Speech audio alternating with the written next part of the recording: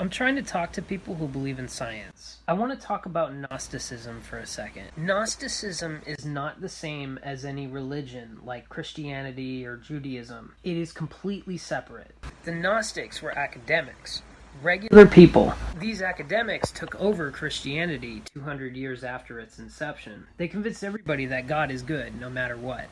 If anything bad happens, that it's God's goodwill. Now, it's worth noting that Jesus and most people during his time were dystheists.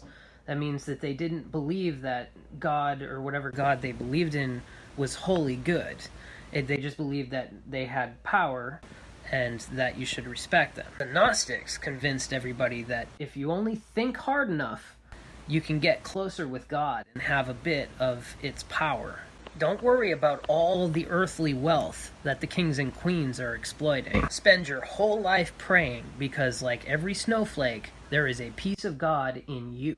And it doesn't matter what religion you are. If you're a Westerner, you and I still carry these cultural dispositions unconsciously without realizing it. All our behavior is predicated on these dispositions, passed down to our parents and then to us. It's more powerful than people realize. And these dispositions were forced on great parts of the world, passing down the virtues of blind belief and the virtues of focusing on you, the self, and only you.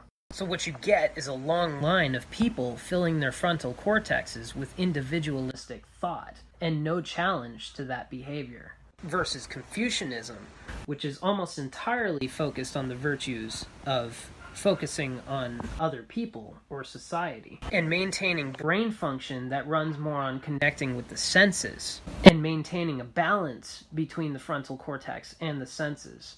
Been practicing this behavior for millennia, processing social bonds and rules. Since Gnosticism is so ubiquitous in Western culture, Westerners may have lost the ability to process other people's experiences as a result. And this is reflected in our sciences, especially sciences of psychology and human behavior, which is mostly one-sided studies that don't take the subject's experiences into account. You're losing a whole bunch of information with that process. This is killing science, especially psychology and neuroscience, and all the social sciences that are based in neuroscience. Our society is worse off for it. Now, if everybody's believing in the virtues of these behaviors without any scientific evidence, how is that not a form of mass psychosis? We need to bring objectivity against useless societal beliefs.